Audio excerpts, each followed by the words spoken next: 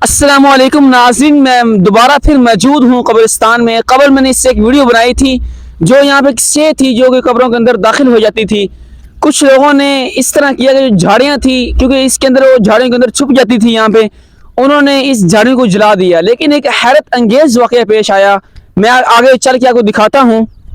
یہاں ہمارے ایک نادر بھائی موجود ہیں، ان کے کچھ عزیز و قارب کی یہاں پہ قبریں تھیں۔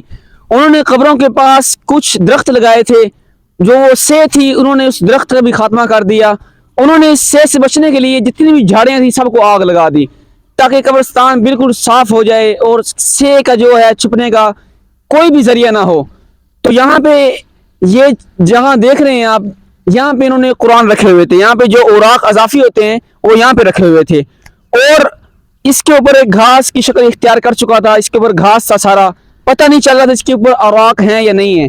جنہوں نے آگ لگائی ان کی یہ نیت تھی کہ یار یہ جو گھاس ہے اس کا خاتمہ ہو سکے، تاکہ وہ جو سے ہے اس کے چھپنے کا کوئی ذریعہ نہ پیدا ہو۔ اور یہاں پہ انہوں نے جب آگ لگائی اور وہ جو اور آگ تھی وہ اوراق کو لگ گئی، قرآن پاک کو جتنے بھی اوراق پڑے ہوئے تھے سب کو وہ آگ نے سمیٹ لیا۔ تو جب ان کو پتہ چلا کہ یار یہ قرآن کو آگ لگی ہوئی ہے، تو انہوں نے پانی ڈالا اوپر اور مٹی ڈالی، اس کو دفن کر دیا۔ اب کچھ لوگ اس شخص کے اوپر اس قدر فتویٰ لگا رہے ہیں کہ وہ مرتد ہو گیا، کافر ہو گیا۔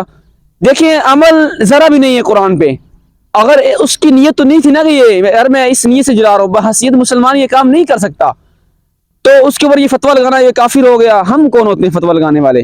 کچھ لوگ اس کے اوپر اعتراض کر رہے ہیں، بیچارے کا جن حرام کیا ہوا انہوں نے، کیونکہ حضرت عثمان رضی اللہ تعالی عنہ نے بھی کئی نسخوں کو جلوایا ہے، کیونکہ توہین سے بچنے کے لیے جلانے کا عمل بہتر ہے، ٹھیک ہے؟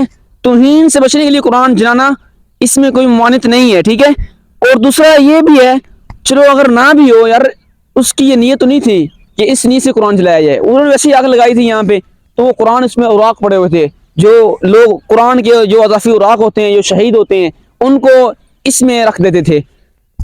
کہتا ہوں یہ قرآن جلایا ہے، جو یہ چلو ایک الگ چیز ہے، اس کی یہ نیت نہیں تھی، لیکن جو ہم لوگ ہیں ہم تو روزانہ قرآن جلا رہے ہیں۔ اس حساب سے یہ بات شاید میرا کیمرہ برداشت نہ کر سکے، جو قرآن کی توہین جس پر عمل نہیں کر رہے، وہ اس سے بڑا جرم ہے، کیونکہ یہ تو قرآن ختم نہیں ہو سکتا، یہ تو اللہ نے حفاظت کا ذمہ لیا ہوا ہے نا قرآن کا، لیکن جو ہم اس کے اوپر عمل نہیں کر رہے، یہ اس سے بڑی بے حرمتی کر رہے ہیں۔ جو گھر میں قرآن پڑھے ہوئے ہیں، پڑھتا ہی نہیں ہے قرآن کو، اس طرح پڑھے پڑھے مٹی سے گرد و غبار سے بھر جاتے ہیں، وہ قرآن بھی بد دعائیں دے رہا ہوتا ہے۔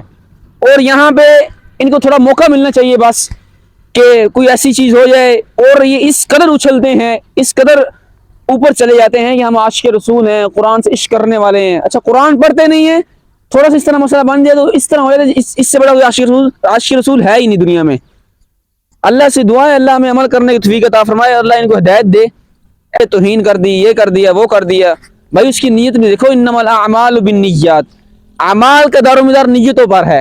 اگر ایک بندے کی وہ نیت نہیں ہوتی، کچھ بندے اس لیے جلا رہے ہوتے ہیں کہ توہین سے بچنے کے لیے، کہ قرآن کے جو ہوا سے جو ان کے اوراق ہیں وہ دائیں بائیں جائیں گے، اس سے بڑی بے حرمتی ہوگی۔ بہتر یہی ہے کہ ان کو جلا کر وہیں پہ دفن کر دیا جائے، توہین سے بچنے کے لیے کہہ رہا ہوں میں، ٹھیک؟ اللہ پاک سے دعا ہے، آپ سامنے دیکھ سکتے ہیں جتنا بھی یہ سارا میرا کیمرہ مین دکھایا آپ کو، کیمرہ گھما کر یہ سارا دیکھیں، سارا انہوں نے جو جھاڑیاں تھیں ان کو جلایا ہوا ہے، لیکن وہ پتہ نہیں چلا۔ ظاہری بات ہے جب سارا جلانا تھا تو وہ اس قدر آگ آگے چلی گئی، پھر بھی انہوں نے پتہ چل گیا ان کو، انہوں نے اس کو بجھا دیا، پانی ڈال دیا اوپر، ٹھیک ہے؟ نیکسٹ ملتے ہیں آپ کو نیکسٹ ویڈیو میں، تب تک کے لیے اپنا خیال رکھیے گا ڈھیروں۔ جنہوں نے ہمارے چینل کو ابھی تک سبسکرائب نہیں کیا وہ جلدی سبسکرائب کر لیں اور بیل آئکن کو دبا لیں، تاکہ ہر آنے والی نئی ویڈیو آپ کو بر وقت مل سکے۔